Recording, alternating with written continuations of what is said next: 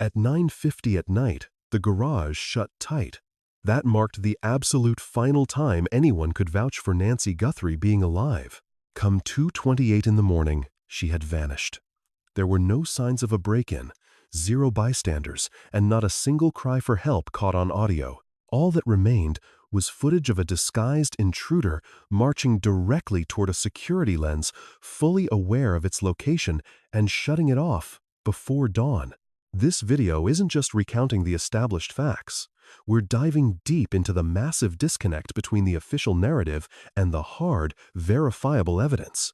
Local authorities publicly declared her relatives innocent, yet the vehicle Tommaso Cioni used to drop Nancy off remained impounded for weeks post-clearance, actively undergoing forensic analysis as part of the ongoing probe.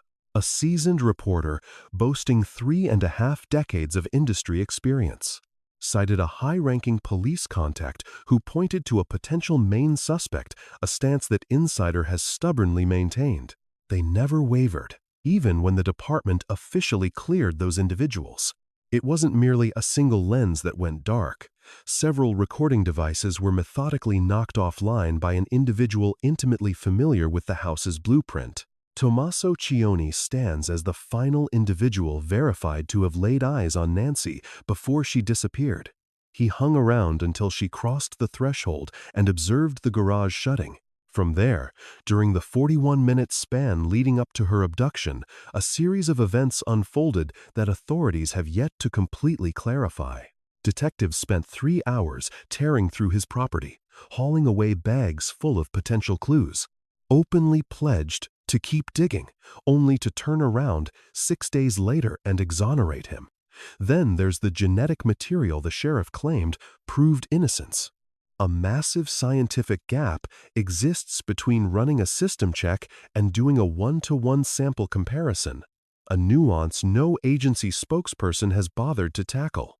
Furthermore, the federal profile of the disguised perpetrator is so incredibly vague it could fit countless guys across the country, and nobody has ever formally compared it against Cioni's characteristics to rule him in or out. We have 7 distinct facts, all backed by paperwork, all readily available to the masses. Yet, not a single one has been properly answered. We're about to break down each of these points individually, bringing the confirmed receipts to support every assertion made. Once this wraps up, it'll make perfect sense why, even with the cops giving a green light, these lingering doubts absolutely refuse to fade into the background. For the newcomers, our content dissects criminal investigations using a strict rulebook. We never disguise rumors as the truth. We refuse to trade hard data for cheap thrills. Every detail shared today traces back to official police briefings, legally authenticated lab results, federal bureau statements, and credible reports from the press. Our goal is purely analytical, not opinion-based. If that sounds like your kind of deep dive, hit subscribe and ring that bell so whenever a fresh lead drops, you'll be the first to know, delivered with our signature accuracy. Let's take it from the top. To truly grasp the weight of these 7 red flags, you have to wrap your head around the precise timeline spanning from the evening of January 31st straight through the pre-dawn hours of February 1st, 2026. Nailing down that time frame is crucial, seeing as this entire mystery hinges on a 41-minute gap.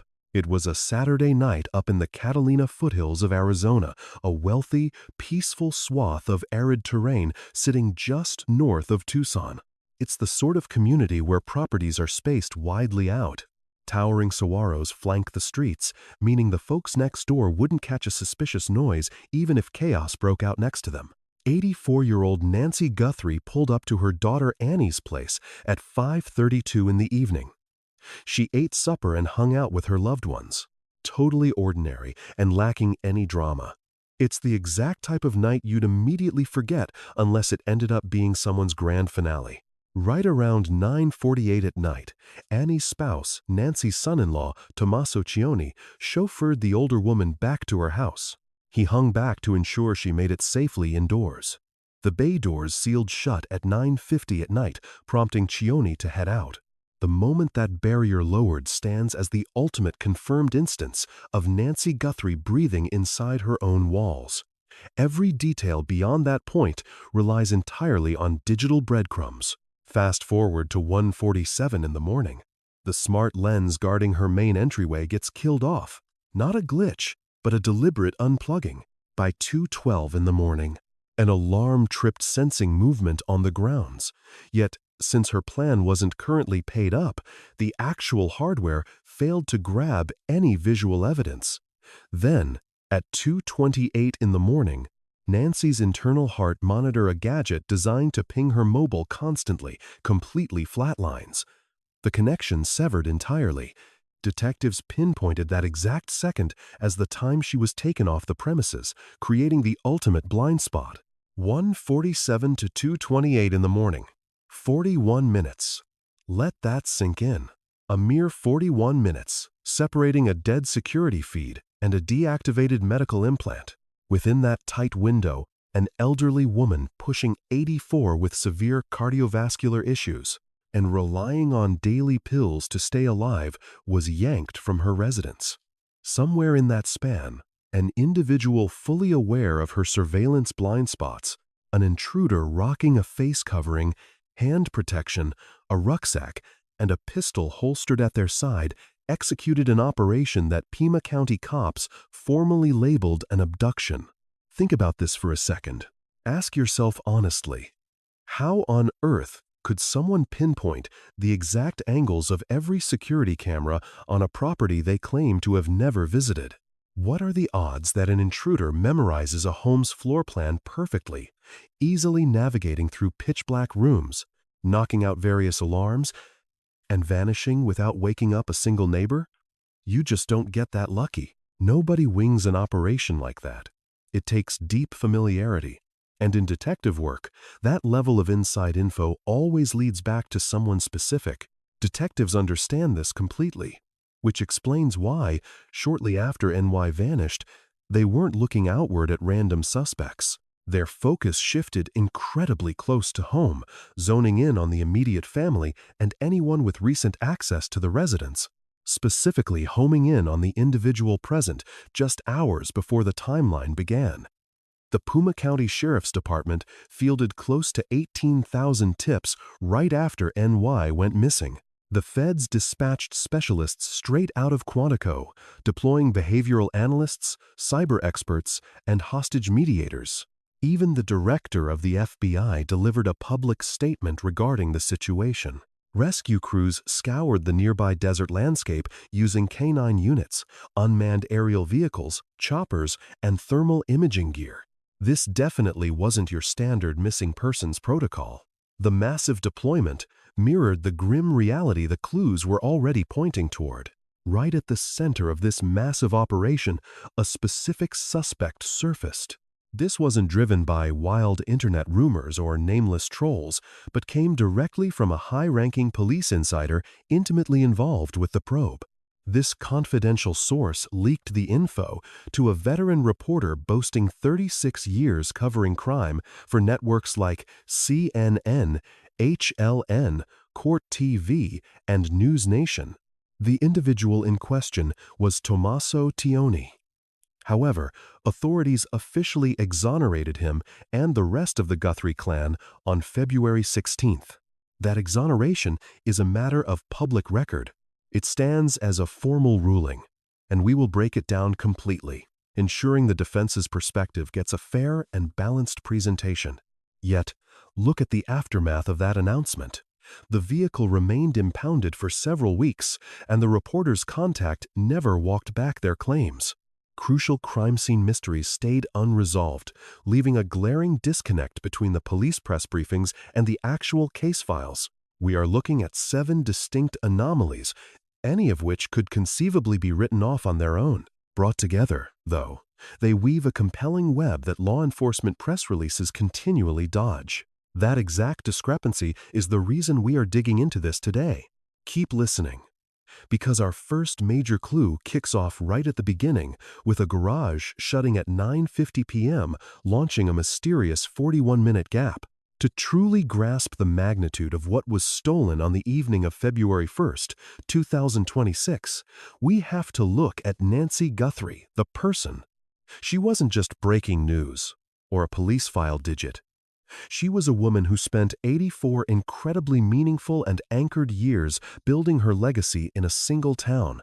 Nancy Ellen Long came into this world on January 27, 1942. Growing up in Fort Wright, Kentucky, a tight-knit neighborhood sitting right past the Ohio River from Cincinnati. Following her college days at the University of Kentucky, she tied the knot with Charles Errol Guthrie in December of 1963, kicking off a global adventure tracking his engineering gigs. His profession in the mining industry relocated the couple to Melbourne, Australia, which is exactly where they welcomed their baby girl, Savannah, in December of 1971.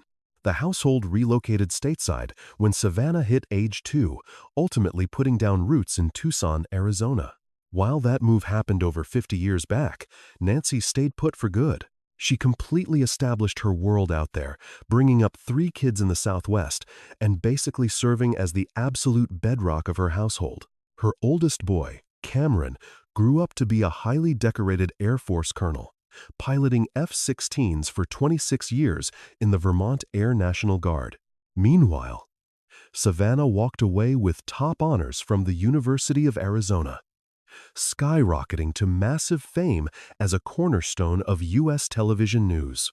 She has been co-hosting the NBC Today Show since 2012.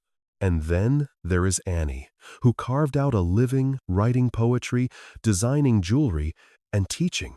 She actually released her own book of poems and previously ran marketing for the poetry department at the University of Arizona. Annie married an Italian immigrant named Tommaso Cioni, an advanced placement biology instructor with a 15-year history living and working around Tucson. That's 3 kids, 3 incredibly successful paths, all profoundly influenced by the matriarch keeping everyone together. Though back in 1988, that foundation nearly shattered. A sudden heart attack tragically took Charles Guthrie's life at just 49 years old during a work expedition down in Mexico. Savannah had just turned 16 when this completely sideswiped the family, forcing Nancy, who had dedicated her entire marriage to being a stay-at-home mom, to re-enter the workforce. She ended up landing a PR job over at the University of Arizona, specifically to score free tuition for both Savannah and Annie's degrees. She stayed at that job for 17 years, from 1990 until 2007. It was never about climbing the corporate ladder, though. She did it simply to pave a solid future for her kids, and she was determined to forge that foundation herself. Her daughter Savannah often mentioned how her mom kept everyone grounded following her dad's passing. She even attributed her whole career trajectory to Nancy pushing her toward a journalism degree. This remarkable lady is the focal point of the mystery we are unpacking. Fast forward to 2026, the 84-year-old resided by herself up in the Catalina foothills, a rugged patch of desert terrain lying just north of Tucson. People love the area for its breathtaking sights of the Santa Catalina Range and a profound peacefulness you simply cannot find in urban centers. Estates in that neighborhood sprawl across massive acre-plus plots with houses hidden neatly behind thick desert brush. Once the sun sets, the entire region becomes pitch black and completely silent. She actually talked about this atmosphere on the Today Show back in November 2025, a mere 3 months prior to vanishing. She referred to Tucson as a beautiful place to be, praising the relaxed and easygoing lifestyle it offered. She even chuckled about spotting javelinas munching on her landscaping. While her mind was incredibly sharp and she remained highly involved with her congregation, her body was definitely slowing down. Detectives established right off the bat that getting around was quite difficult for her. She depended on a strict everyday prescription regimen and needed a heart monitor that constantly synced up with her smartphone. Walking away from her property on her own simply was not an option for her, a fact the police made absolutely clear. Cops ruled out the idea of her taking off by choice just hours after the first officers knocked on her door to see if she was okay. From the second authorities stepped foot inside her house, the clues they uncovered indicated only one grim scenario. Where are you tuning in from today? Go ahead and drop your hometown down in the comments section. This story has gone totally global, and keeping a massive spotlight on it ensures authorities keep pushing hard for answers. Nancy consistently logged into an online Sunday worship gathering each weekend. Yet, when the 1st of February 2026 rolled around, she never showed up on screen. Someone from her parish caught onto her missing face and immediately reached out to her relatives, sparking a massive chain reaction. The discoveries officers made upon rolling up to her property up in those desert hills instantly escalated the situation. It went from a routine checkup to a missing adult file, eventually becoming an all-out federal abduction hunt by sunset. Just like that, an 84-year-old matriarch who spent decades nurturing her loved ones and profoundly influencing 3 amazing kids had vanished without a trace. Meanwhile, that crucial 41-minute time frame holding all the answers about the culprit and the method had slipped by unnoticed long before the search even began. It was the morning of Sunday, February 1st, 2026, and the Arizona air felt quite chilly. That crisp Sonoran breeze held the distinct peacefulness you only feel right before the intense daytime temperatures arrive. It was the exact type of start to the day where you would expect to find Nancy Guthrie sitting right at her computer monitor, tuning into her broadcasted worship event alongside the digital community she joined religiously every single weekend. On this particular day, however, her camera remained off. She failed to dial in, the feed never started, and her peers sat there wondering where she was. Eventually, they started checking in and ended up phoning her relatives. By 12:15 in the afternoon, Pima County officers pulled up to Nancy's place out in the foothills, responding to what the radio initially dispatched as a basic wellness inquiry. Normally, these types of visits wrap up smoothly, with an older person opening the door in their pajamas to assure everyone they are fine. However, the second those patrolmen crossed into her entryway, the entire scope of their visit took a dramatic turn. The scene they encountered indoors was formally characterized by the agency using very specific terminology, stating things looked highly alarming and completely at odds with someone leaving of their own free will. Fast forward a couple of hours, and that simple wellness visit had morphed into an active search for a lost individual. That hunt for a vanished local quickly escalated into a full-blown criminal investigation. By the time evening fell that weekend, murder detectives arrived on site to work right next to the rescue crews. Not only that, but local authorities officially looped in federal agents from the FBI. Let the gravity of that escalation sink in for a second. Murder squads simply do not show up to make sure someone is feeling okay, nor do they rush out just because somebody cannot be found. Those specialized units only deploy when the physical clues left behind heavily point toward a fatal act of violence. That grim reality is exactly what the initial walkthrough of Nancy's house revealed, a theory the detectives eventually corroborated. Crime scene technicians discovered biological trace materials matching her profile right by the main door. Subsequent lab results absolutely proved that the DNA recovered was indeed hers. Officers noted that crucial daily essentials were still sitting around the house, the exact kind of stuff anyone going out of town on purpose would undoubtedly pack. All of her prescriptions were left untouched, her mobile device was sitting right there, and the security camera outside the front door had actually been ripped off the wall. It did not just break down. It was not just blocked by a storm, somebody intentionally took it out.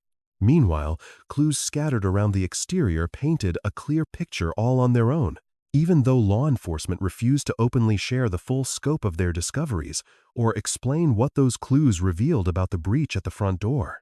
Speaking openly about the initial response to the crime scene, forensic expert Lou Giacalone brought up a major red flag that authorities never officially answered.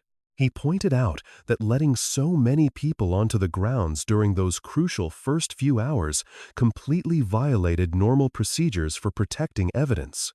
The specialist highlighted how crucial it was to instantly tape off both the house and the neighboring lots, creating a single checkpoint to log absolutely everyone stepping inside the boundary. His evaluation pulled no punches.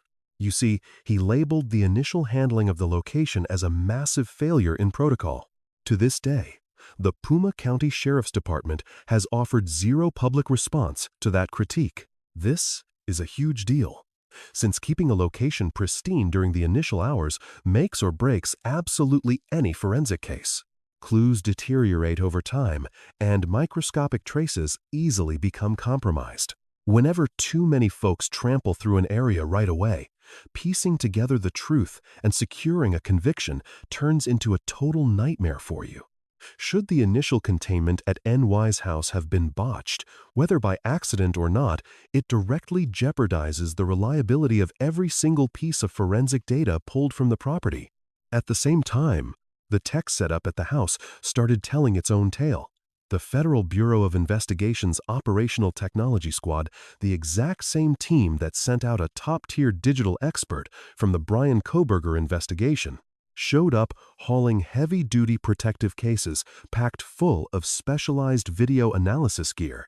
However, detectives were spotted walking away from the estate holding a chart showing different human heights, which insiders claimed was a tool to compare the actual size of the masked suspect caught on the porch camera with confirmed spatial measurements from the area.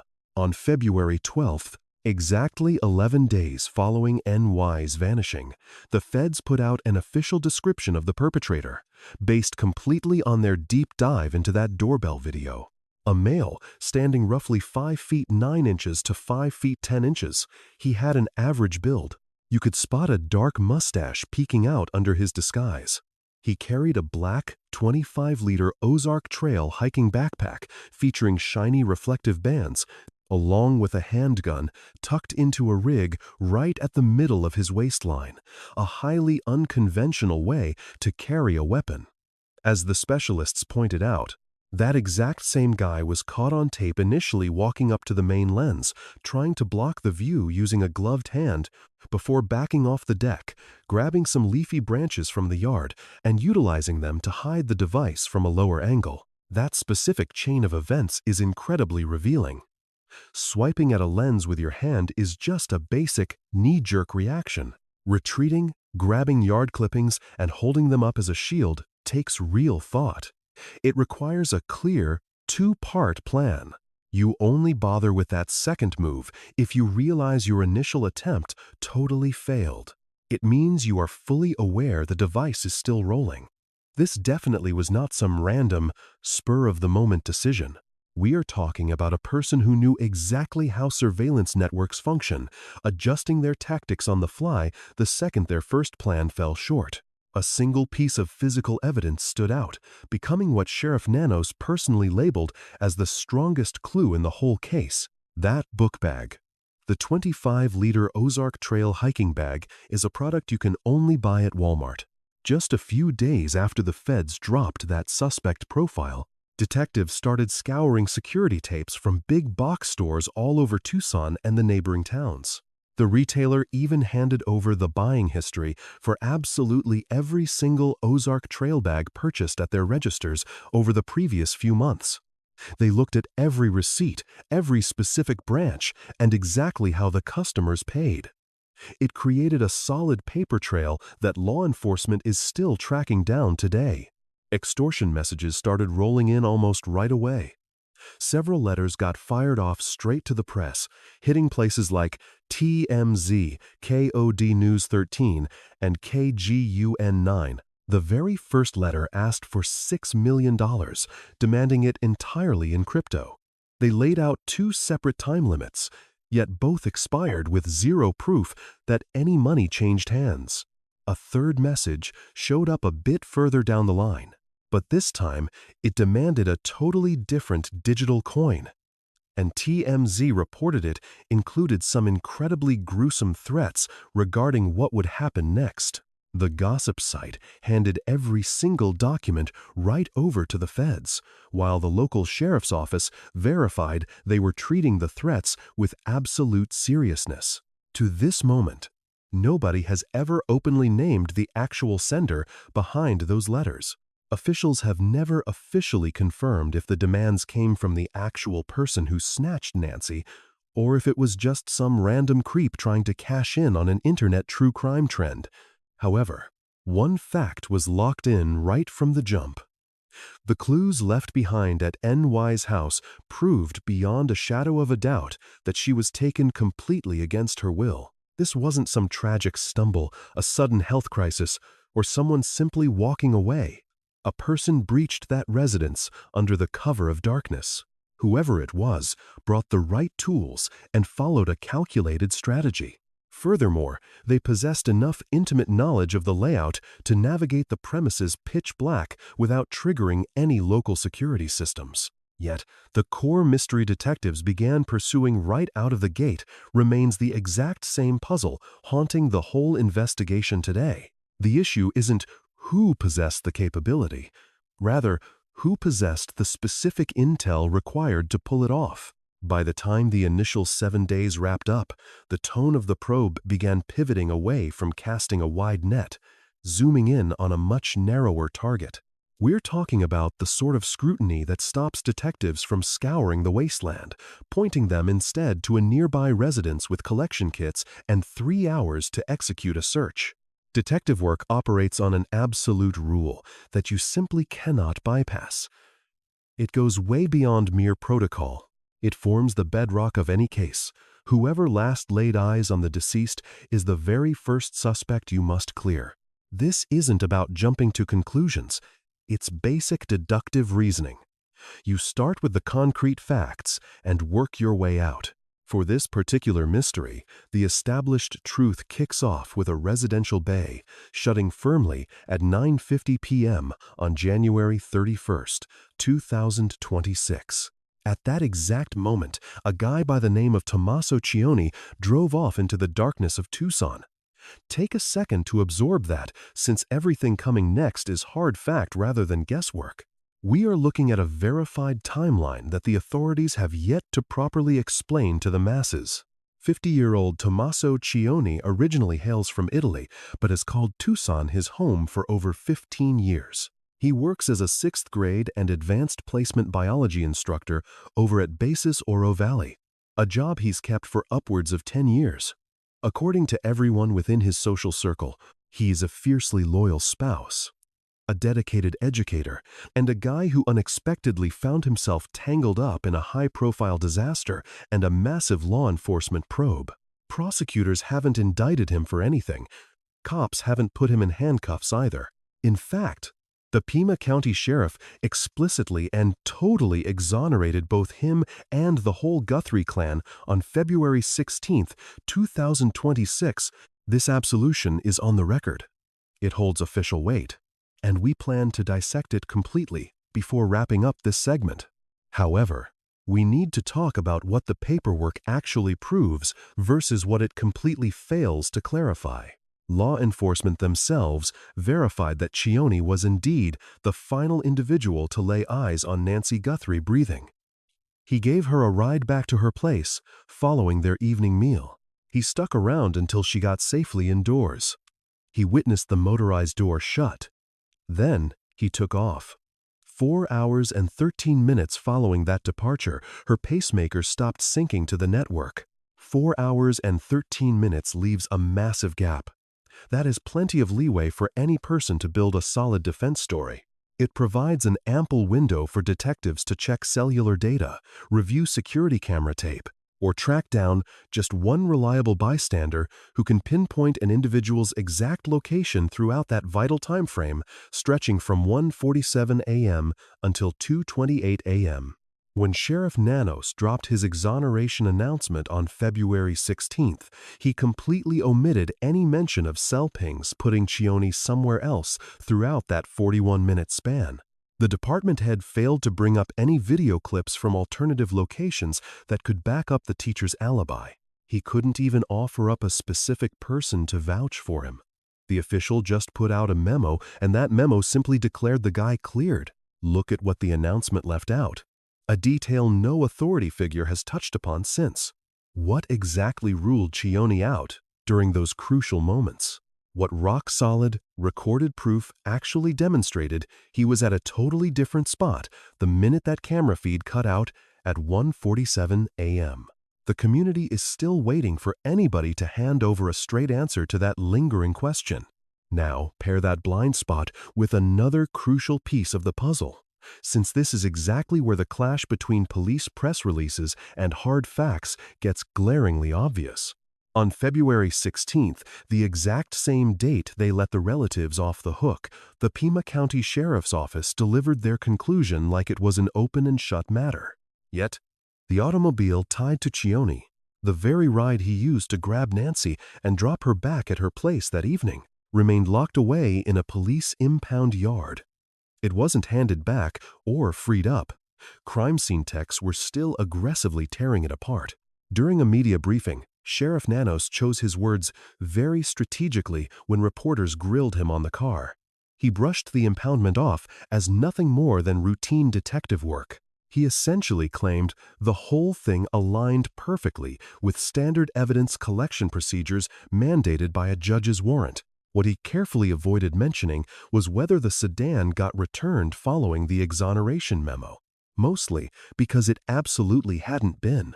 Fast forward to February 26th, a solid 10 days past that official public clearance, true crime reporter Brianna Whitney broke the news that the ride was still parked inside that forensic lockup, continuously impounded, and constantly undergoing inspection. Whenever journalists pushed the Pima County authorities for a reason why, the pushback they got was calculated yet incredibly revealing. The only thing the brass would admit to was that the automobile factored directly into their ongoing search for answers. They didn't claim that testing was just a formality, nor did they mention coming up empty-handed. Their only defense was that the car remained a piece of the puzzle. Take a hard look at what that actually implies in the real world. Once detectives rule out a relative and their automobile is just a minor background detail, simply an innocent vehicle caught in standard procedures, authorities hand it back right away, since keeping it serves zero procedural purpose. Relatives are no longer under suspicion. The ride offers zero clues. Hand the keys over. Shut that avenue down. Shift focus elsewhere. This represents textbook police procedure. This is exactly what happens with eliminated materials.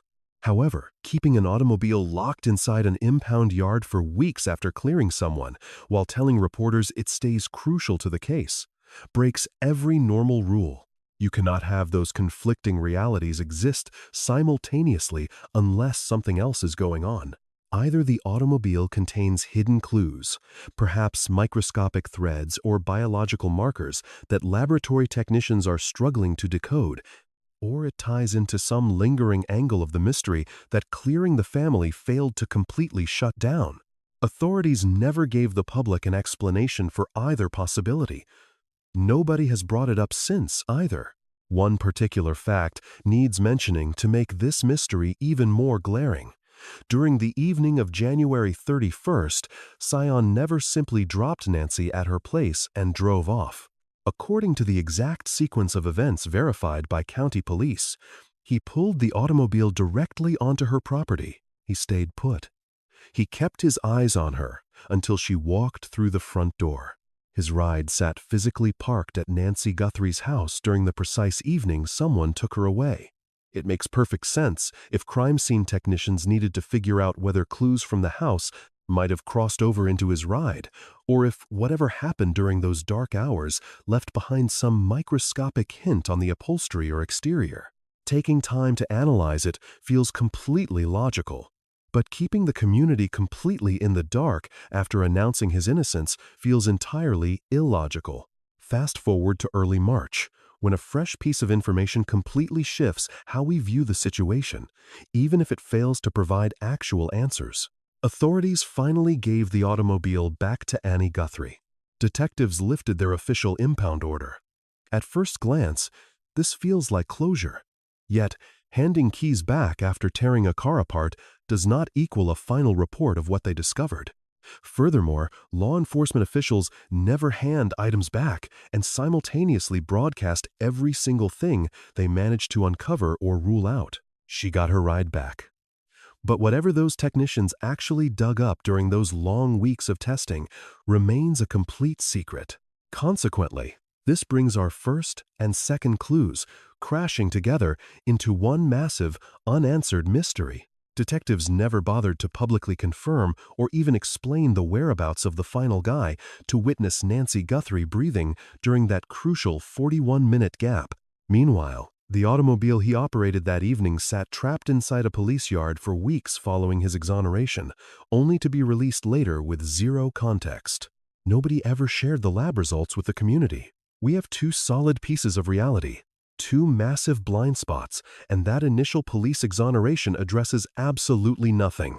Any criminal case hinges on one essential mystery, a specific string that can either keep everything together or tear the entire narrative apart once you yank it.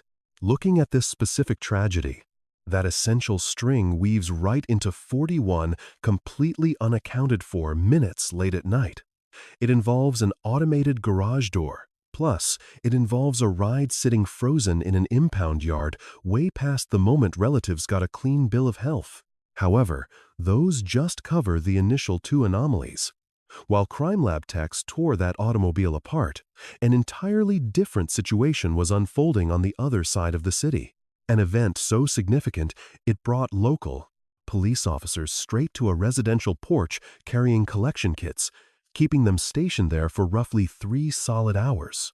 This happened on February 3, 2026, exactly 3 days following Nancy Guthrie's disappearance from her property. Authorities claimed their hunt was firing on all cylinders, deploying rescue units out into the Badlands, while federal agents scrutinized data monitors. The top brass at Puma County took the podium for daily media briefings, boasting that over 10,000 community leads had already poured into the system. Police departments united behind one incredibly firm narrative. They lacked any official targets.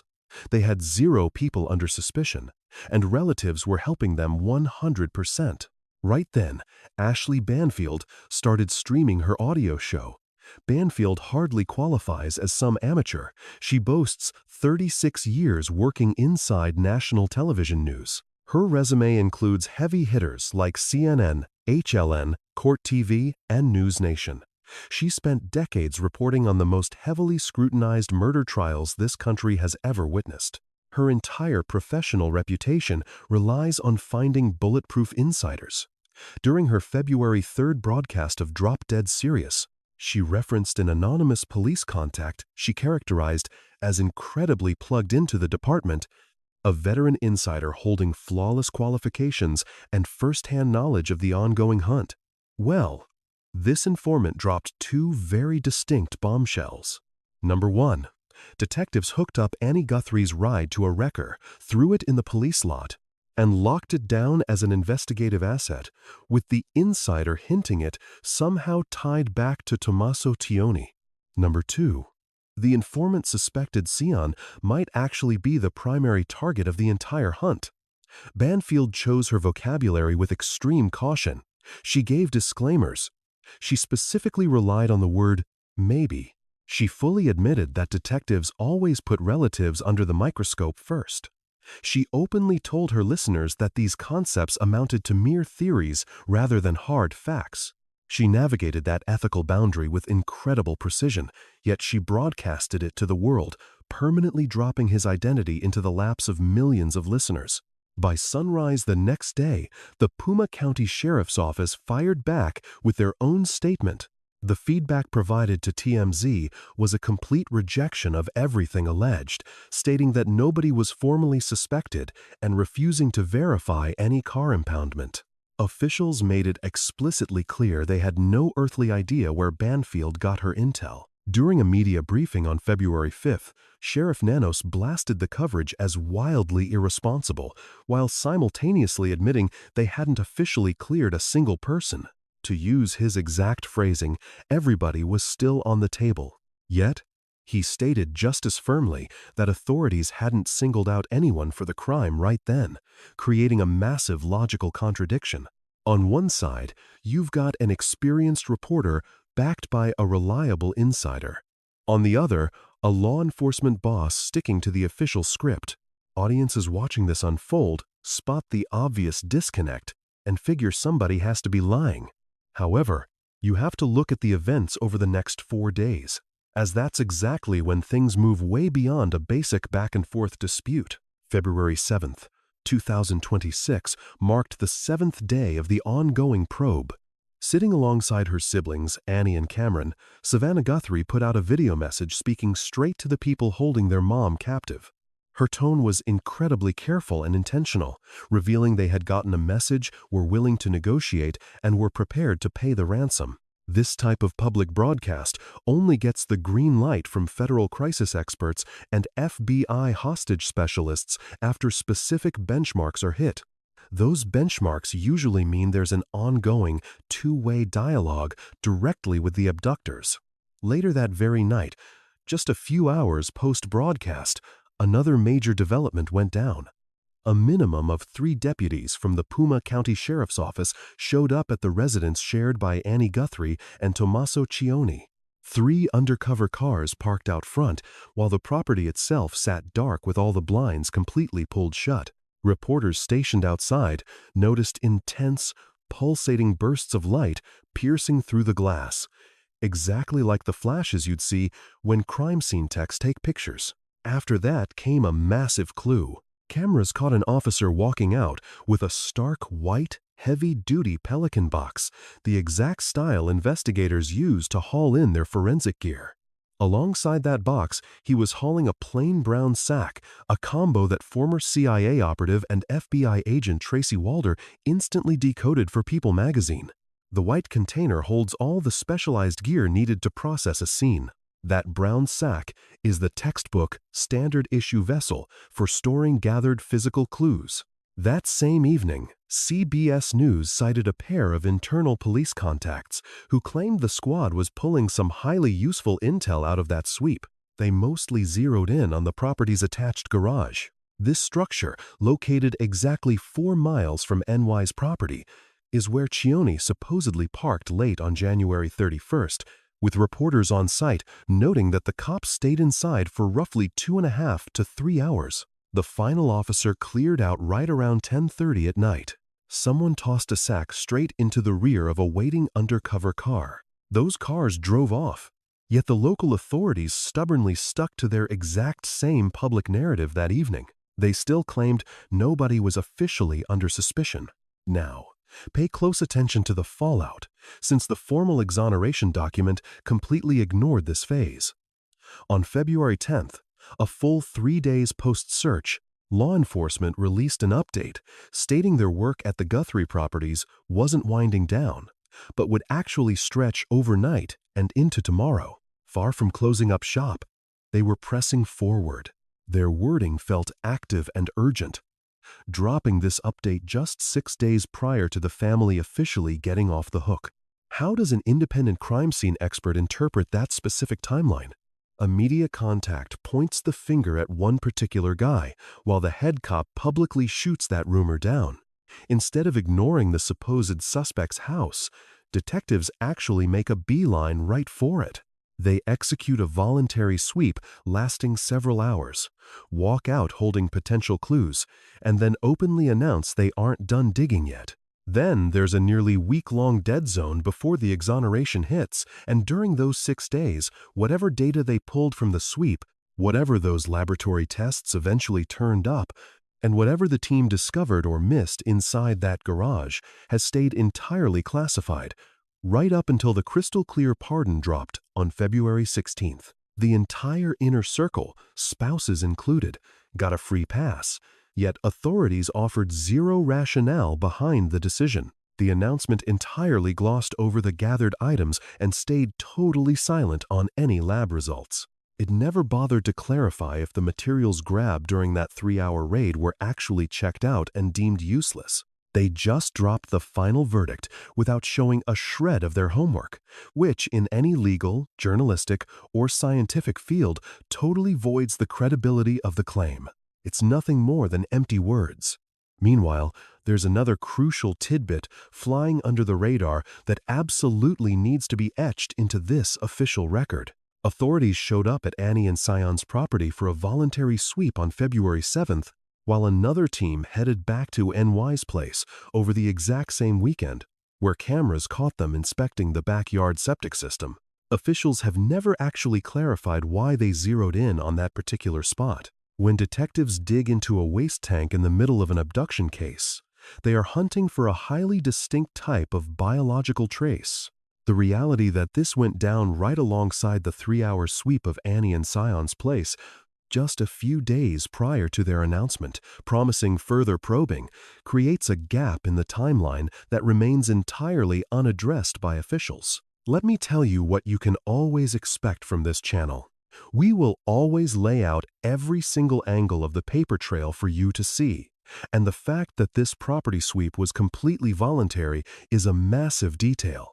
Annie and Sion opened their doors to the police without forcing them to get a warrant, which shows undeniable, clear-cut, and highly significant compliance. Folks hiding a dirty secret rarely toss the authorities the keys to their property and chill out while crime scene techs dig around for 3 straight hours. That is a grounded, crucial argument that we absolutely need to take into consideration. However, playing nice and getting officially ruled out does not automatically wrap up the physical evidence side of things. Those are two completely distinct issues. You can be entirely helpful to the police, yet people might still wonder what the authorities actually uncovered during that walkthrough.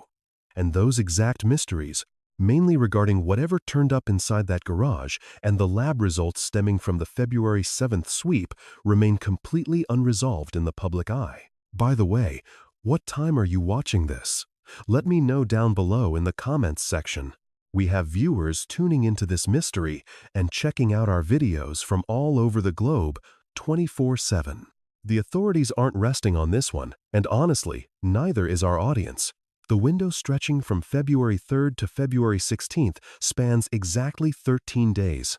That is 13 days between Banfield dropping Sion's name on national television and the relatives getting officially taken off the suspect list. Throughout that 13-day stretch, detectives homed in on him, executed a search of his living space, scoured the garage for clues, promised to keep digging around his land, and suddenly backed off without ever revealing what that push actually uncovered. Look, we aren't spinning wild theories here. This is simply how the events played out on paper. And hard timelines in major police probes do not just vanish into thin air the second someone gets formally ruled out. We are now looking at 4 key pieces of the puzzle.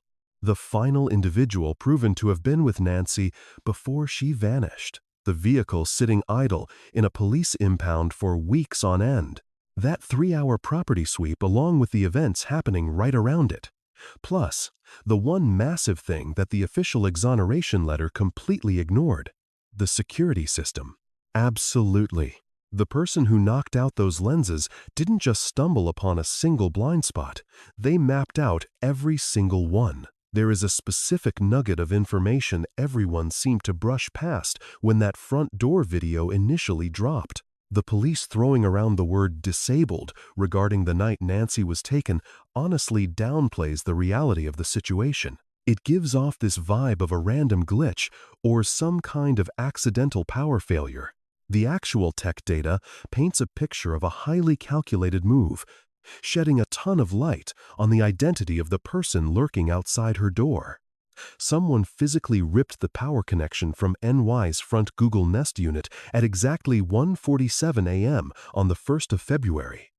The hardware in question, a Gen 2 model, features a built-in memory backup system just in case things go dark, something the earlier versions completely lacked, meaning it never completely shut down. The system simply flipped over to internal recording, saving the clip from being wiped out entirely. The clip ended up parked in a virtual trash bin on Google's end, just hanging out as leftover data until something else came along to record over it. The intruder had absolutely zero clue about that feature, walking away confident they had completely erased their tracks. Boy, were they mistaken. That one huge slip-up basically handed the cops the sharpest piece of video proof in the entire investigation. Let us break down exactly what this move reveals about the suspect's mindset. Unplugging a smart doorbell from the wall isn't exactly a knee-jerk reaction. Nobody is just fumbling around in the pitch black and accidentally ripping a camera feed off the siding. You absolutely need to know its exact location beforehand. You have got to understand how the wiring works, walk right up to the unit with clear intent, and manually kill the feed. That screams calculated planning, intense preparation, and a serious familiarity with the layout of the house. Let us stack another piece of the puzzle on top of this. Ashley Banfield's police insider didn't claim just a single lens got taken out. The informant specifically used the plural form, meaning several units all around the yard were knocked offline, not merely the one by the main door. Whoever did this crept around the edges of Nancy Guthrie's property in the dead of night, methodically taking down every single surveillance measure they could find. You simply do not see that kind of tactical breakdown from a random criminal looking for a quick crime of opportunity. That right there is what happens when advanced scouting turns into an actual operation. Navigating a layout flawlessly in pitch black at 2 in the morning under high stress means the intruder already knew exactly where everything was. Only 3 specific types of individuals would have that kind of intimate understanding of NY's security measures. Group 1 consists of people who frequented the house enough to spot the camera locations during ordinary visits. We're talking relatives, tight buddies, or routine house guests. Group 2 involves an individual who intentionally staked out the exterior ahead of time, taking multiple trips just to chart every single lens angle from the edge of the yard. The final possibility is an outsider who was handed the blueprints by somebody already firmly planted within the victim's inner circle. Keep that in mind when you look at what Fox News verified toward the end of February. It was a massive revelation that ought to have been front-page news everywhere, yet it barely made a blip on the radar. The authorities dropped several doorbell pictures, but one of them was actually taken on a completely different date from the rest. We aren't talking about the morning of February 1st. This was from an earlier point in time.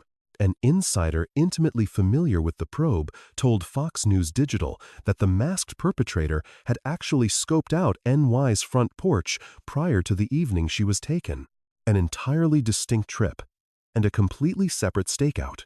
The CNN network backed this up through their own channels, noting the guy wasn't carrying a backpack in one specific photo, proving it happened on another occasion, and points to a distinct phase of planning. The local sheriff fired back at this theory, claiming the lack of timestamps meant guessing about previous visits was purely theoretical, but regardless of the disagreement, the informants for both arguments are officially logged and on the books. From an investigative standpoint, what does an earlier trip actually signify? It proves the person standing on her doorstep was making a return appearance. He wasn't there to grab Nancy just yet. He was there to scout. Size up the situation, double-check where the cameras were pointing, figure out the alarms, and nail down exactly how he would move when the real night arrived. Top behavioral analyst Mary Ellen O'Toole took a hard look at that video, and she didn't mince words about what she saw. She pointed out that the perpetrator's actions didn't scream amateur hour. In fact, it showed the exact reverse. Look at the instant the intruder attempted to block the lens with a glove, froze, backed up, and then grabbed some foliage from the yard to use as backup cover. There was zero panic there. You're watching a guy hit a speed bump and instantly adapt on the fly under intense stress, all without missing a single beat in his mission. O'Toole mentioned how incredibly unusual it is to actually capture a highly organized criminal on tape right before they strike. Just how uncommon that is gives you a huge clue regarding the deep level of strategy at play. When detectives knocked on doors right after NY vanished, they requested that locals review their smart cameras for the whole month of January. They weren't just looking at the evening of the 31st, or merely the small window when she actually went missing. They wanted the entire 30-day stretch. Detectives from the Pima County Sheriff's Office were also zeroing in hard on the evening of January 11th, which was 3 weeks prior to the abduction. Nobody has ever given an official reason for that specific date. So what makes January 11th so important? What exactly did the neighborhood cameras pick up on that particular evening? Law enforcement has kept their lips sealed on the matter. However, when cops tell an entire block to rewind their feeds back 30 days, they aren't just taking a shot in the dark. They know exactly what they are looking for. They are actively trying to piece together a highly targeted sequence of events. On top of that, authorities are heavily scrutinizing a detail that the media has mostly ignored: the firearm holster. The sheriff brought this up directly during a media briefing, pointing out that the rig scene strapped to the masked individual featured some extremely unusual design quirks. Detectives hit up tactical stores all over the Tucson region with one goal: figuring out who made that specific rig and tracking down who bought it. Any piece of tactical gear with standout features leaves a paper trail. It is way easier to track down than a run-of-the-mill book bag, and 1,000,000 times more recognizable than a standard winter mask. If the authorities can link that exact rig to a known brand and tie that brand to a store receipt, the suspect pool shrinks dramatically. Cops are actively running down that lead right now. Moving over to the physical traits, the Federal Bureau dropped their official suspect breakdown on February 12th. A male standing anywhere from 5 foot 9 inches to 5 foot 10 inches, rocking an average frame, with a dark mustache peeking out from under the face covering. That paints an extremely wide brush, and that ambiguity is totally intentional, because tech experts had to rebuild the footage from digital scraps left on a cloud server after it was sent to the trash bin. We aren't dealing with crystal clear footage here. It is salvaged media, and federal agents pulled whatever usable pixels they could find. You won't find Tommaso's true height stamped on any publicly released paperwork, but here is what we actually have on paper. The official wanted profile of a regular guy standing between 5 foot 9 and 5 foot 10 perfectly describes literally millions of men across America. It doesn't rule anybody out unless there are further physical details to back it up. Authorities haven't ever publicly disclosed if Tion's physical characteristics were matched up against the FBI's description when they were clearing him, or if doing so actually led to a match or ruled him out. The all clear was given. But the physical breakdown was never clarified. Something else they verified, which weaves a very specific forensic detail into the whole mystery surrounding the cameras, is that a sketchy vehicle was seen creeping around the neighborhood near NY's place, roughly 20 days prior to her vanishing. Detectives spotted it on local security video and were busy trying to track it down by the middle of February, 20 days before. That car, someone just lingering in the area weeks before she was taken, paired with proof of an earlier visit caught on a Ring camera, the methodical shutting down of several security lenses, and a super unique gun holster that authorities are still hunting down, paints a picture of intense premeditation, stretching back weeks before the evening of February 1st. Somebody mapped this all out. Orchestrating this took insider knowledge, and getting that knowledge meant having access, whether that was physical, informational, or maybe even both. And somewhere right at the crossroads of those verified facts lies the exact identity of the figure standing on that porch. Those cameras weren't simply shut off. They were picked off individually in the pitch black by a person who completely understood where to find them. And then there's the DNA evidence that the general public assumes totally clears the family. The hard scientific truth of what those findings actually prove, and crucially what they don't, is the very thing that flips everything you assumed you knew about this entire investigation upside down. This is the part of the story where folks tend to think any suspicion against the family gets dropped. The genetic results returned. The relatives were given a free pass. Science had the final word. Case closed. Time to let it go. Only, that's absolutely not what the forensic files actually reveal. It's not even in the same ballpark. Here's the reality of what went down, and why the difference between the public narrative and the actual scientific outcome carries more weight here than in practically any other case. The moment detectives showed up at NY's house on February 1st, they didn't pull a single pure DNA sample belonging to just one person. What the crime scene techs actually managed to lift from the interior of that property was a mixed genetic profile, biological material from multiple people all mingled together right at the collection spot. The sheriff even verified this on the record on February 19th, explicitly telling NBC News that the unidentified DNA discovered inside the house was indeed a mixture. C.C. Moore, the lead genetic genealogist at Parabon Nanolabs. It's recognized as one of the most prestigious forensic DNA labs in the entire country. And the exact same company whose techniques helped nail down Brian Kohberger in the Idaho College homicides responded straight to that announcement. She pointed out that blended DNA samples are incredibly typical in situations that involve a forced physical struggle. She didn't call it cross-contamination. She didn't wave it off as just incidental contact. She clearly stated it was common for these exact kinds of scenarios. That single word, common, is carrying a massive amount of forensic weight in just one sentence. You see, it completely alters the context of every single official statement regarding DNA in this entire case leading up to it. This is the point where the glove evidence really demands its own deep dive, mainly because the media spin regarding that glove has been one of the most heavily skewed details in the whole investigation. Roughly 2.5 miles away from NY's place, detectives found a glove. But it wasn't just some random winter mitten.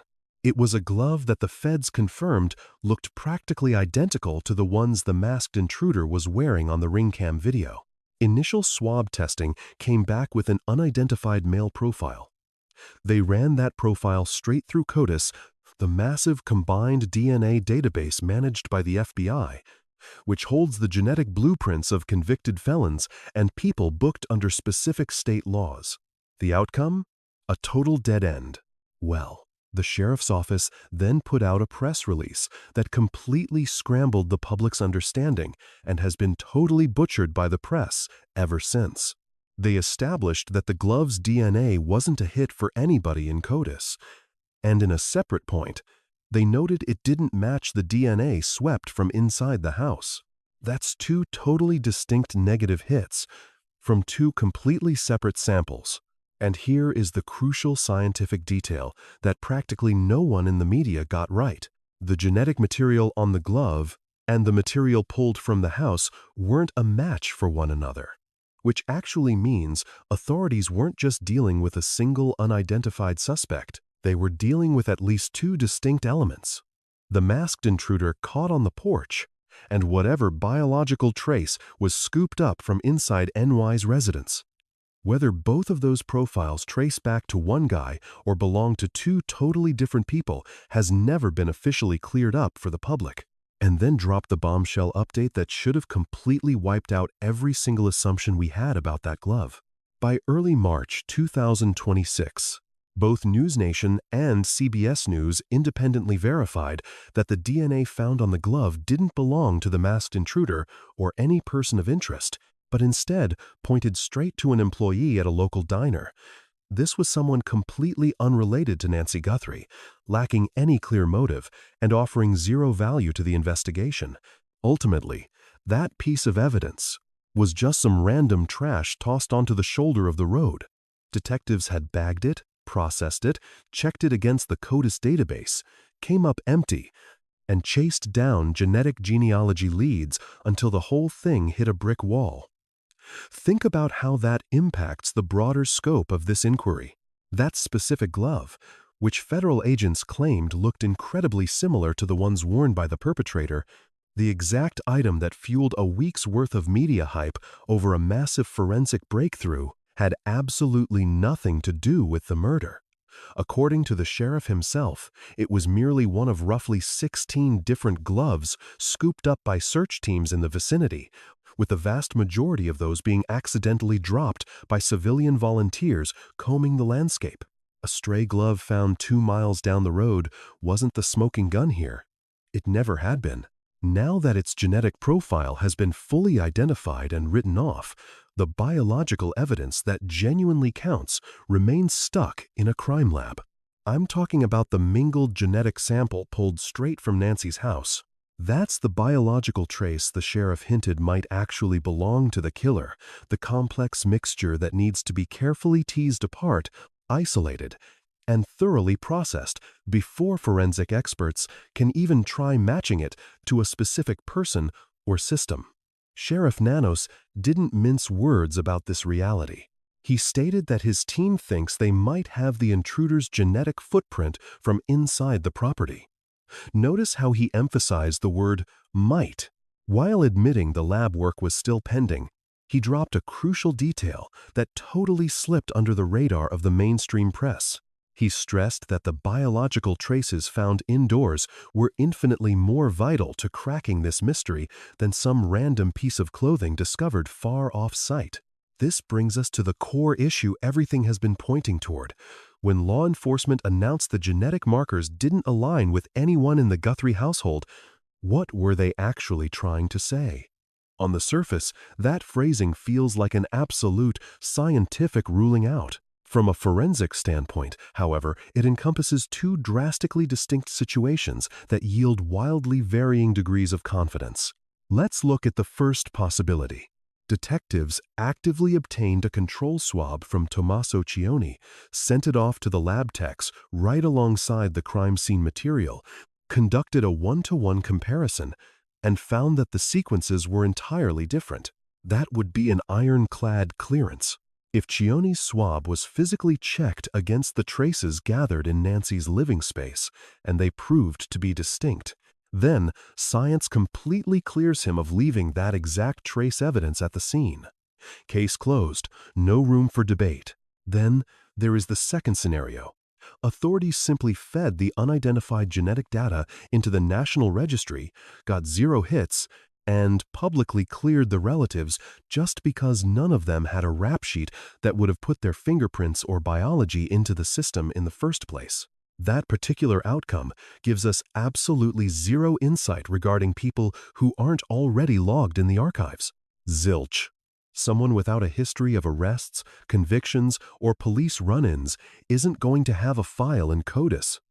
Cioni has a perfectly clean background, meaning his genetic markers wouldn't exist in that database. Coming up, empty in a national search doesn't rule him out at all. It merely proves he hasn't been swept up by the criminal justice machine before. The Pima County authorities have deliberately avoided specifying which of these exact situations actually went down. They stated the relatives were no longer under suspicion, pointing to the federal registry and the lack of an alert.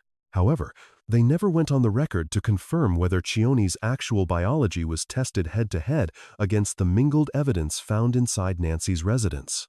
That massive difference, arguably the most critical scientific technicality of the entire investigation, is still hanging out there unaddressed. And there's another red flag. A web query was made right before Nancy vanished. Somebody actively Googled her physical address, along with Savannah Guthrie's net income. Fox News independently verified that fact. Nobody has ever given a straight answer about the exact timestamp of that browsing history, nor have police revealed if they tracked down the computer used or tied it to a specific suspect. But looking up a target's home location right before a crime goes down is hardly just a trivial coincidence. It's a foundational piece of evidence because it highlights the exact same concerns that the security footage brought to light. It begs questions about inside information, intentional tracking, and cold, calculated planning. Meanwhile, the biological traces from Nancy's house are still sitting on a lab bench being tested as we speak. The sheriff's office in Pima County sent forensic materials down to an independent facility in Florida for testing. This runs right alongside a completely distinct operation being handled by the FBI out in Quantico. The team at Parabon Nanolabs is currently digging deep into advanced ancestral tracking, which happens to be the exact same company that successfully tied Brian Kohberger to those Idaho murders using just a fragmented genetic sample and a basic family tree. Lead genealogist C.C. Moore has gone on the record expressing absolute certainty that this lineage tracing process will eventually pinpoint exactly who left those biological traces behind. In her own words, it is not a question of if they can pull it off, but simply a question of when. While virtually every single investigative avenue in this mystery has dragged out far longer than anticipated, from the video footage and the rucksack to the weapon harness and the extortion letters, alongside the property sweeps and the official exonerations, those genetic markers recovered from the residence could very well serve as the ultimate smoking gun. You cannot talk your way out of it, chalk it up to bad luck, or spin it away during a media briefing. The science will either link them or rule them out entirely. We are waiting on those findings right now. Once they drop, they are going to shed more light on this whole situation than every single press release put out since February 1st put together. However, we still have to peel back another critical layer of this ongoing probe that biology alone simply has not squared away and never will. A high-ranking insider from the police force, an individual heavily plugged into the lab findings, the first-hand testimonies, and the security camera breakdowns, along with the handling of physical clues, went on the record with a seasoned reporter to suggest that Tommaso Cioni could be the main target of the manhunt. Even after an official exoneration was announced, that particular contact absolutely refused to walk back their claims. They did not flinch a single time, not following the top cop's declaration, not when the subject was publicly cleared, and certainly not in the wake of any subsequent developments. Figuring out the actual reason why a totally plugged-in insider would stare down a formal dismissal and still hold their ground remains the ultimate unsolved puzzle in this entire narrative. When you are dealing with deep-dive reporting, having an informant flip-flop on their story is hardly a trivial detail. It causes massive shockwaves, usually signaling that the initial tip was completely off base. The contact simply got their wires crossed, or the playing field altered so drastically that the prior conclusions completely fell apart. So, when a top-tier official working the case, somebody who undeniably holds the keys to a live federal operation, decides to push a narrative out into the open via an established member of the press, only to see the department officially clear the guy, that insider is basically left with two choices. They can either walk it all back or double down. The contact feeding information to Ashley Banfield firmly picked the latter route without a second thought. During the February 3rd, 2026 episode of her podcast, Drop Dead Serious, Banfield shared that a well-placed police insider, someone she painted as exceptionally dialed in and holding an unblemished track record, who actually knew the ins and outs of the manhunt, directly informed her that investigators were potentially zeroing in on Tommaso Cioni as their primary person of interest regarding the vanishing of Nancy Guthrie. The seasoned broadcaster was extremely deliberate about throwing the word maybe into the mix. Recognizing that relatives usually fall under the microscope right out of the gate, she made sure to clarify that these were informal suspicions instead of hard proof, yet she emphasized that her informant was entirely legitimate. The details provided were granular, and the identity had already hit the mainstream. Almost immediately, the Puma County Sheriff's Office forcefully pushed back against the claim. During a media briefing on February 5th, Sheriff Nano slammed the rumor as entirely irresponsible. In fact, the agency straight up told TMZ they were completely clueless as to where the anchor was getting her intel. You basically had two drastically opposite narratives playing out for the whole world to see, and absolutely nobody was willing to blink. Fast forward to February 12th, when the podcaster joined Mediaite creator Dan Abrams over on SiriusXM. Abrams did not beat around the bush, grilling her on whether any new developments had popped up or if the situation had shifted. Her comeback was incredibly sharp. She asserted that her whistleblower had fiercely defended the initial scoop every day since the story first broke.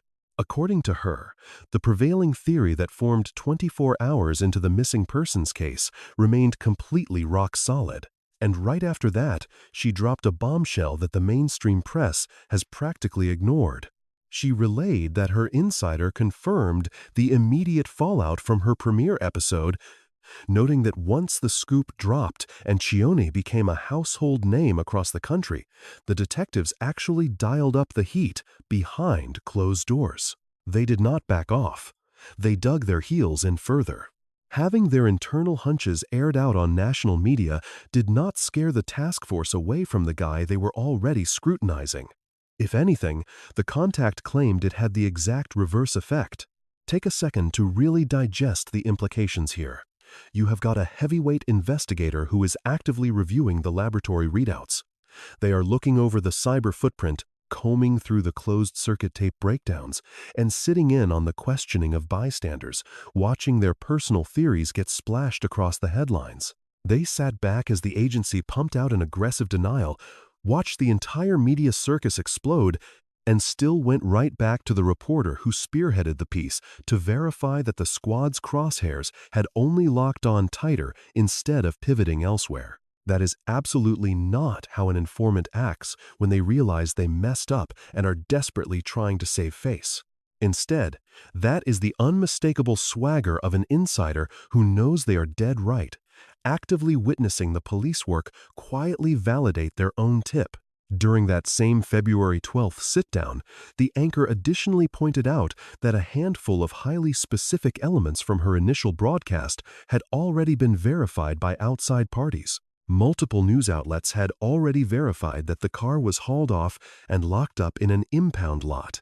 Fox News Digital ran a separate story, revealing that tiny glass shards were collected right under the front camera's mounting spot, pointing to the likelihood that the device was violently smashed off rather than just unscrewed.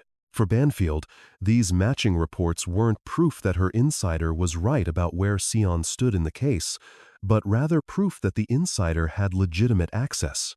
An informant who correctly laid out the car getting impounded and the camera clue before anyone else corroborated those facts clearly holds real intel. As for their secondary assertion regarding Sion's standing in the investigation, nobody else confirmed it independently, but nobody definitively shot it down either. No other source challenged it, nor did any reporter with a direct line to the detectives. The formal pushback solely originated from the agency's public relations team, yet the insider with direct case access stood their ground. Now, think about who this informant actually is. Based on Banfield's own characterization, this isn't some beat cop or a media liaison. This is a top-tier police executive, the sort of rank that gets you into closed-door briefings, deep into the evidence chain, and right in the middle of talks, evaluating lab results long before the press catches wind of them. This is the kind of person who would fully grasp not only what the detectives had dug up, but the exact angles they were chasing and the reasons behind them. When a person of this caliber drops a term like prime, they're speaking from hard evidentiary facts, not throwing out wild guesses or echoing the evening news. Instead, they are pulling this straight from what they've physically read inside the case file. Then, there's the glaring issue that hasn't been brought up forcefully enough. If Banfield's informant had just gotten it completely wrong, if the assertion about Sion's standing came from a misinterpretation of initial detective work that lab results later proved false, why wouldn't the insider step up to clear the air after the official exoneration dropped? Informants fix mistakes, particularly high-ranking ones who deeply value their professional integrity. An insider who made an honest error and then watched the department publicly clear the guy would have an easy way out. You call Banfield, explain that the narrative shifted, and set the record straight. But that never took place. And Banfield openly admitted on the air that such a call never came. The insider backed up every single piece of their initial scoop, the vehicle, the cameras, and the read on Sion's position, without backtracking a single word. Let's be crystal clear about what this specific piece of information actually proves and what it doesn't. It absolutely does not prove that Tommaso Cion had a hand in Nancy Guthrie's vanishing. It doesn't cancel out the sheriff's formal exoneration. It doesn't result in an indictment, a booking, or a concrete legal conclusion. Here is what it actually proves. A top-level police executive with deep case access drew a firm conclusion about one particular guy and held on to that belief even after a public clearance and through ongoing lab work. He maintained it through over 4 weeks of an active probe without backing down an inch. That is a rock-solid, verified fact sitting right out in the open. Nobody has ever clarified it. The formal exoneration release completely ignored it, and no other official with equal rank and clearance has stepped up to challenge it. Clearing someone isn't the same as a jury verdict. It's just a snapshot of where things stand at one distinct moment during a live case, relying purely on the facts they have on hand right then. Proof changes over time. Cases evolve constantly. The advanced genetic genealogy work happening on the blended DNA profile pulled from inside NY's residence isn't finished yet.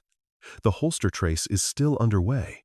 The sketchy car spotted 3 weeks earlier still hasn't been explained to the public. The findings from that 3-hour voluntary sweep have never been shared with the press.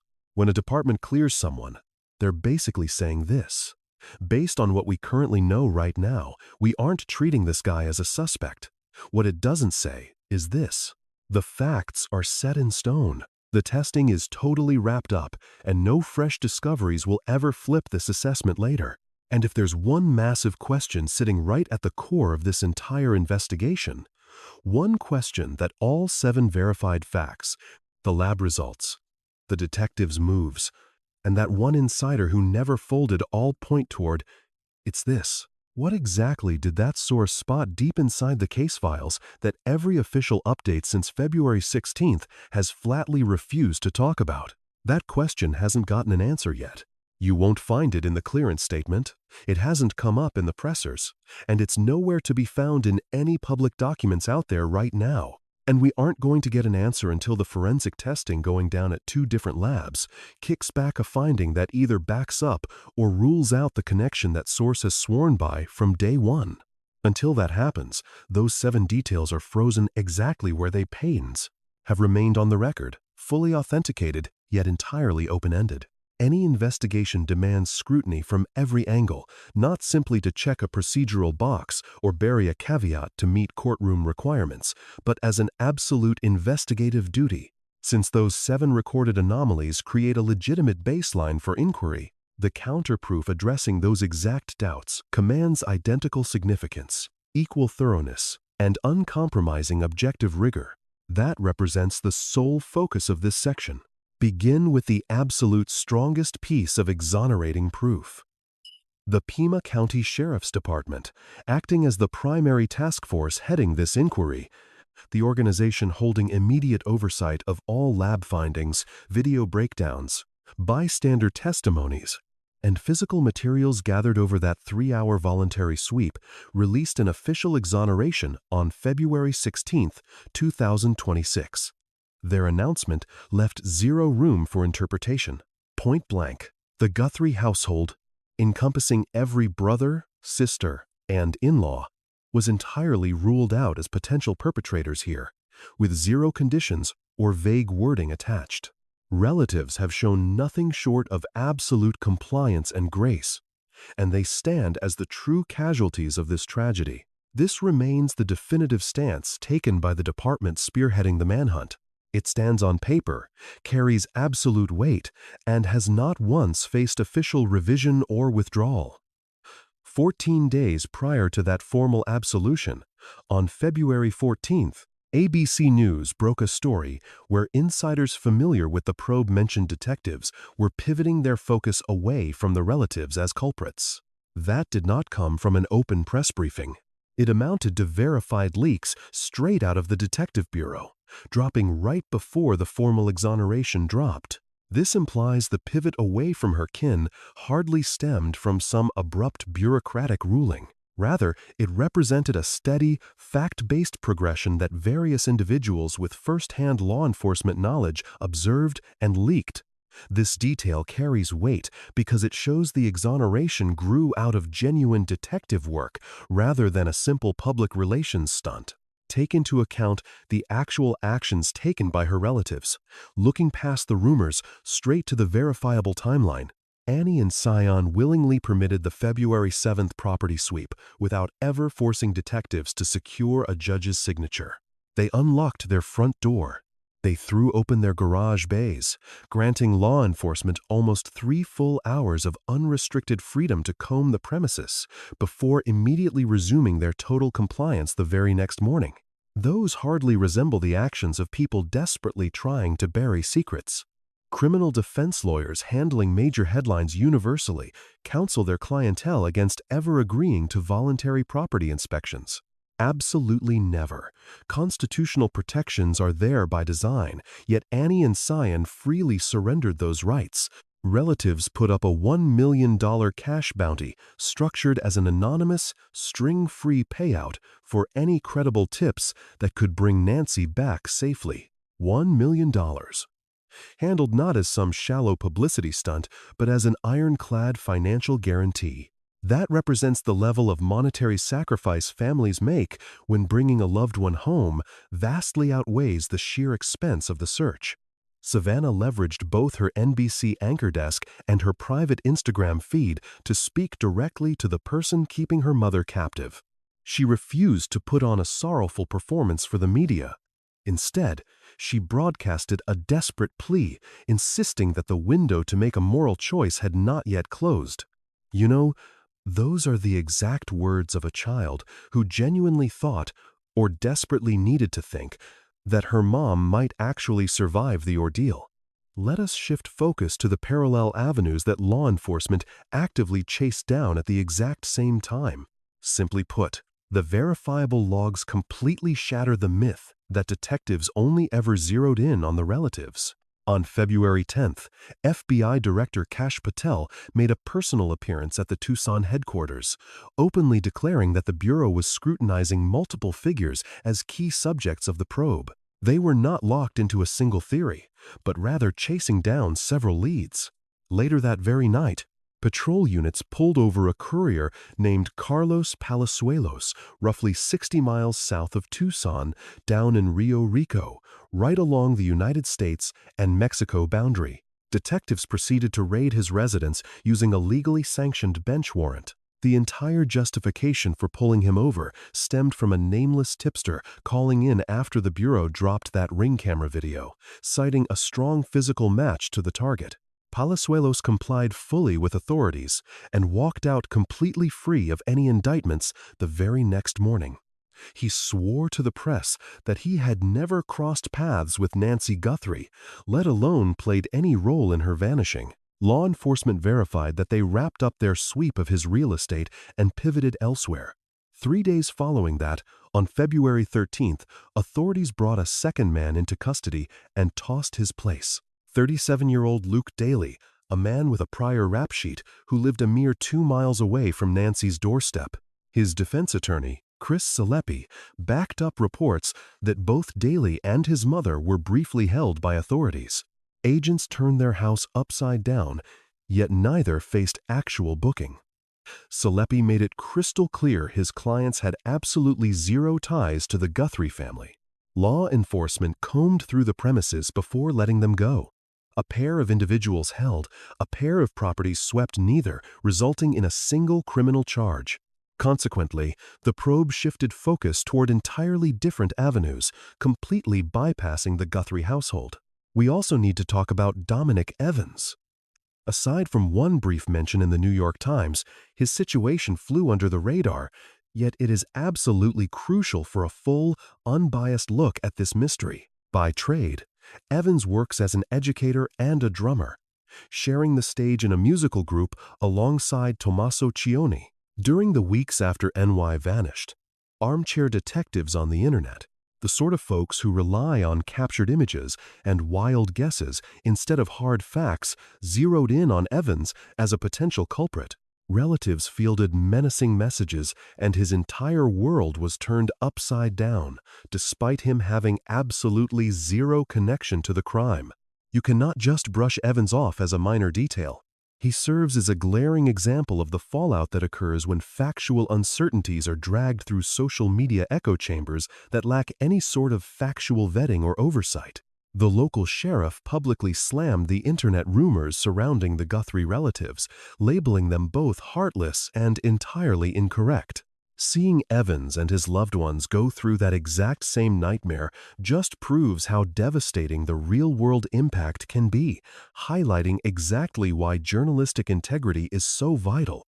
On top of everything else, we have to look at the fake lead.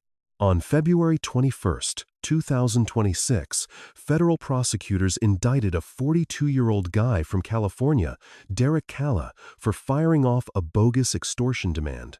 He sent a completely fabricated text straight to the cell phones of Annie and Sion, pretending he knew exactly where NY was being held while asking for a payout. It took the FBI a mere handful of days to track that digital trail straight back to Calla. Authorities slapped the cuffs on him, hitting him with serious federal violations for both blackmail and deceit. The man had absolutely nothing to do with NY going missing. He was merely a vulture trying to squeeze cash out of a grieving family. Federal agents and prosecutors swooped in on the guy with lightning speed.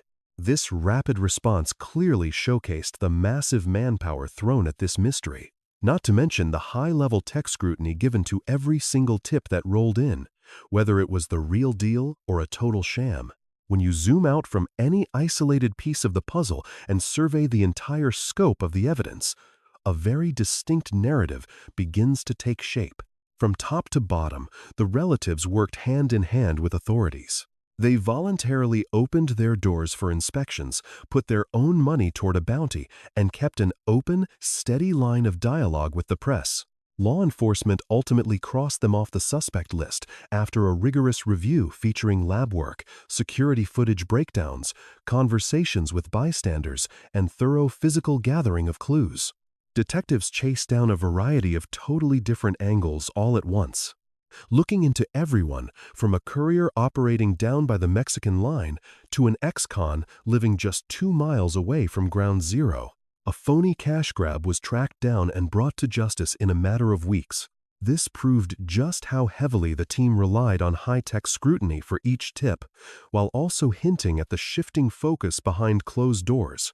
In fact, insiders talking to ABC News revealed that detectives were already moving away from the relatives long before they officially announced anyone had been cleared. All of this builds a solid alternate perspective, one that demands to be laid right next to those initial 7 points with the exact same level of seriousness and care. Assuming Tommaso Cioni played zero part in whatever befell Nancy Guthrie, and supposing those 7 established facts really do just boil down to pure chance, weird timing, and regular police work, it means the guy has been through absolute hell. He was shoved into the national spotlight simply because a reporter dropped his name on the 3rd day.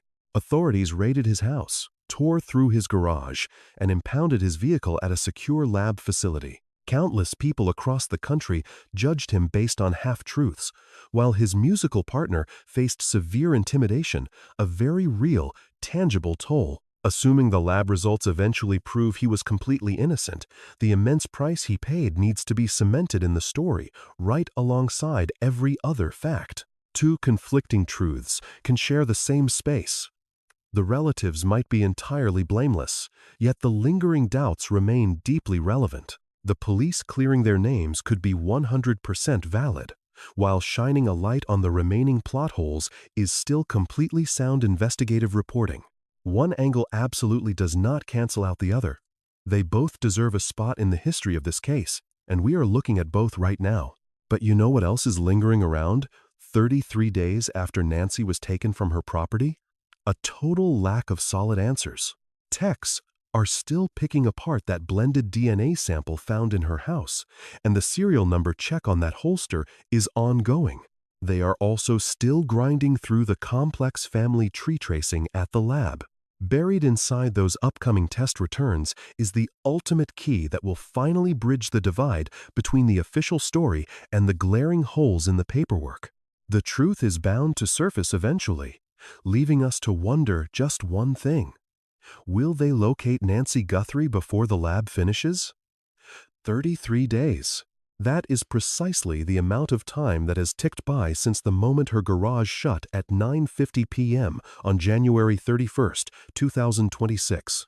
At that exact moment, the peaceful life Nancy Guthrie spent 84 years building just vanished into thin air, leaving behind zero suspects in cuffs and zero signs she is still breathing.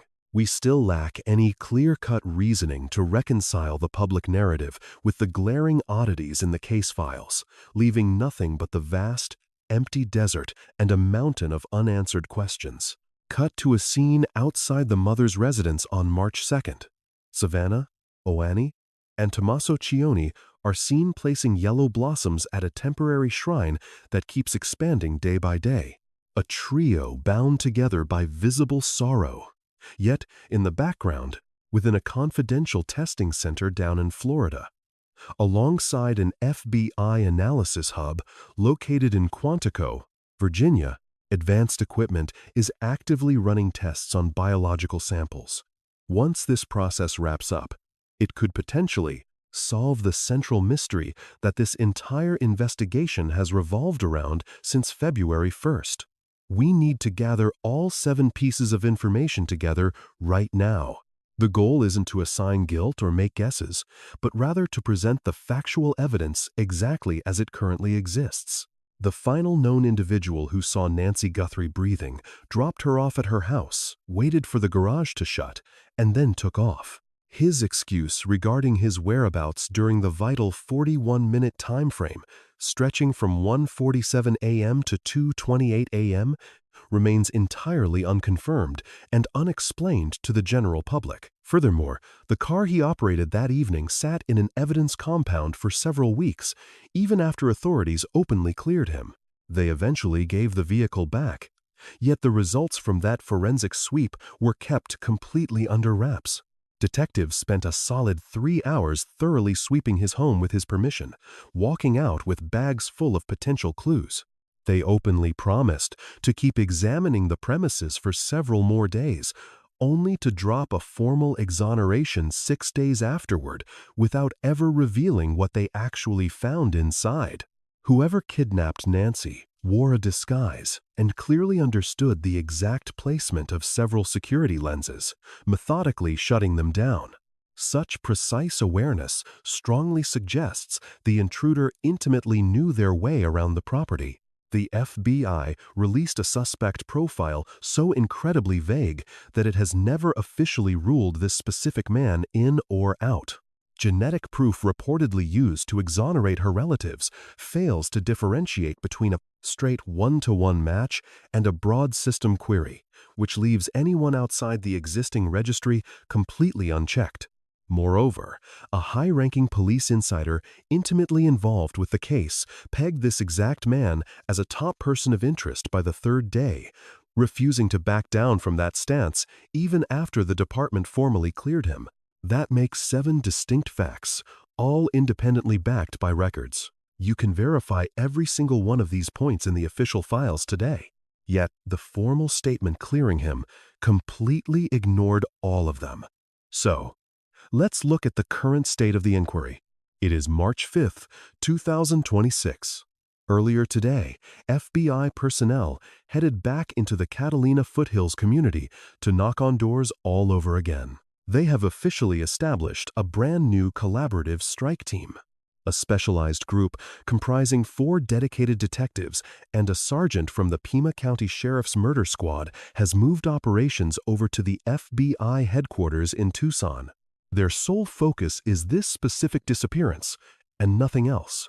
Prior to this shift, almost the entire roster of investigators at the Pima County Sheriff's Office had touched this file at some point. That approach simply could not last for an agency responsible for policing a whole region.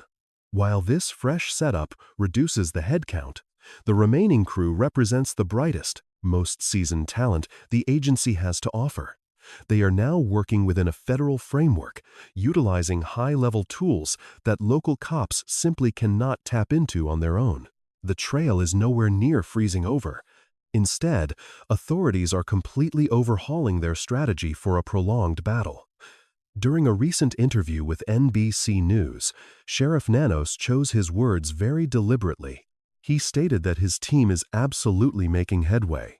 He didn't say, possibly, or hopefully. He said, absolutely. He expressed total trust and unwavering certainty that they will crack this mystery. More importantly, he shared his personal conviction that Nancy Guthrie is still breathing. Statements like that only come from a high-ranking police boss who is looking at closely guarded intel that the rest of us aren't privy to, deliberately selecting his phrasing while speaking to the entire country. Then there is another major clue that NBC News verified on March 4th, which detectives are literally referring to as the missing link. They are talking about the perpetrator's mobile device. Right now, experts are sifting through mobile network pings, and Nanos officially verified that this information has already cleared certain individuals while opening up new investigative avenues. He likewise admitted that a massive chunk of this digital footprint still needs to be thoroughly decoded. Any mobile device transmitting signals around the Catalina foothills area, right when the crime occurred, would pin the user to an exact spot, not just a general vicinity. We are talking pinpoint accuracy. By blending network triangulation with past tracking logs from a phone company, experts can narrow down a gadget's physical coordinates down to just a few feet. Assuming those digital footprints are out there, and detectives are confident they are, it provides undeniable proof that nobody can easily dismiss or write off as a mere fluke, and a simple public denial won't neutralize it either. At the same time, federal agents have managed to gather roughly 10,000 hours of recorded tape from the nearby streets.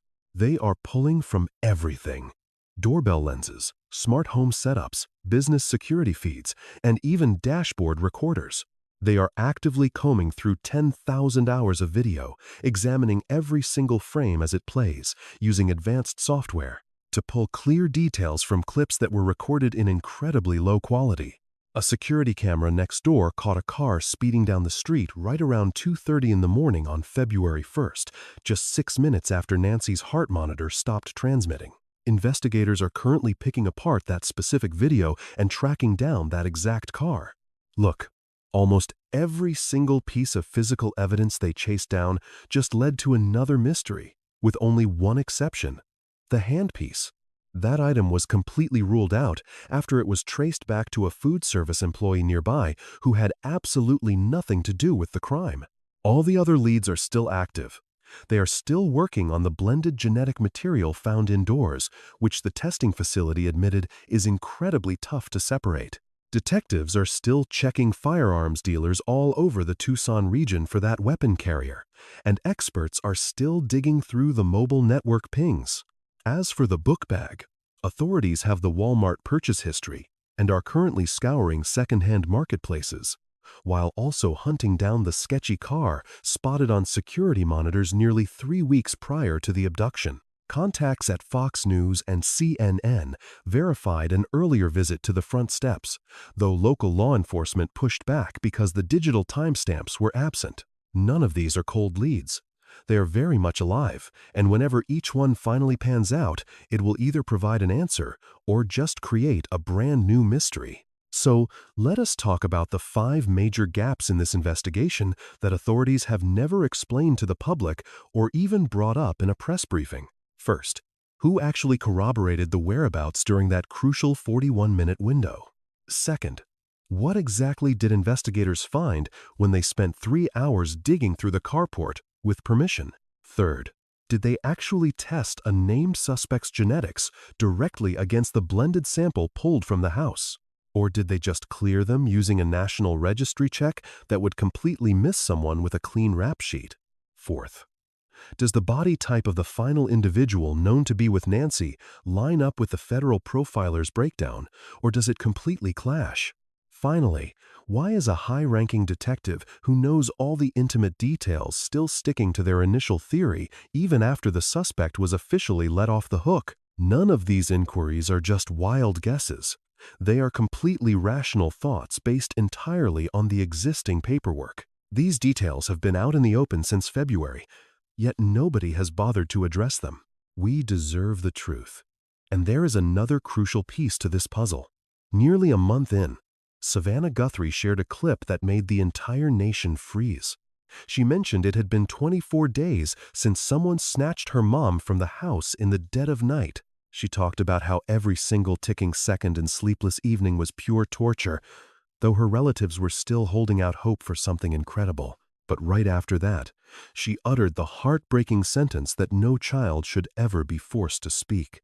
She openly admitted that her mom might not be alive anymore, having possibly moved on to heaven.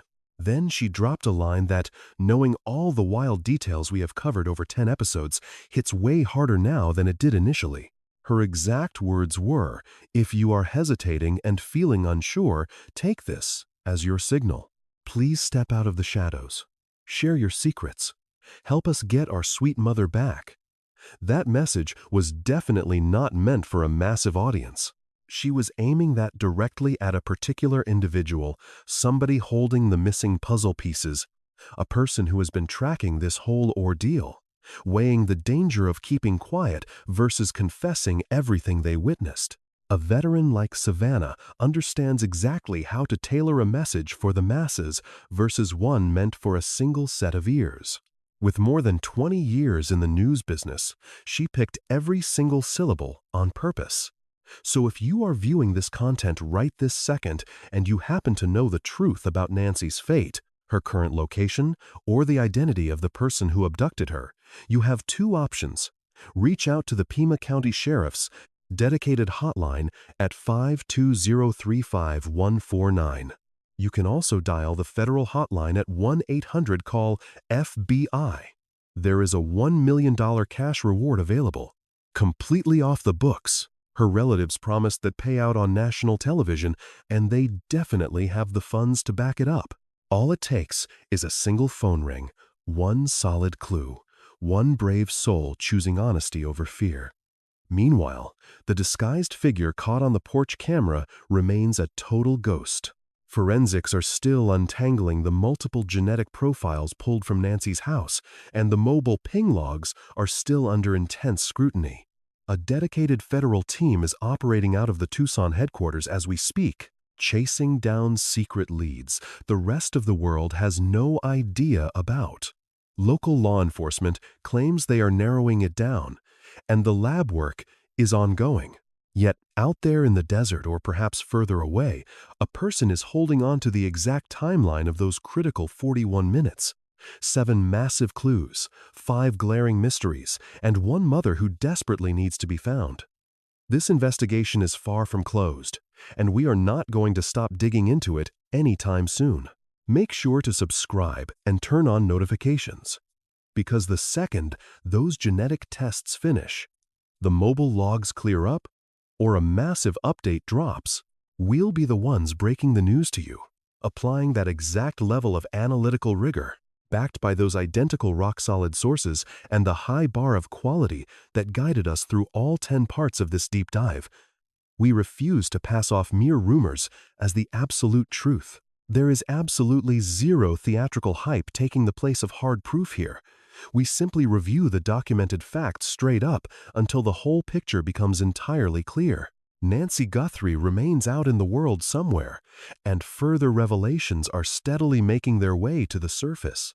We sleep soundly behind locked doors and glowing security cameras, blindly trusting the illusion of absolute safety.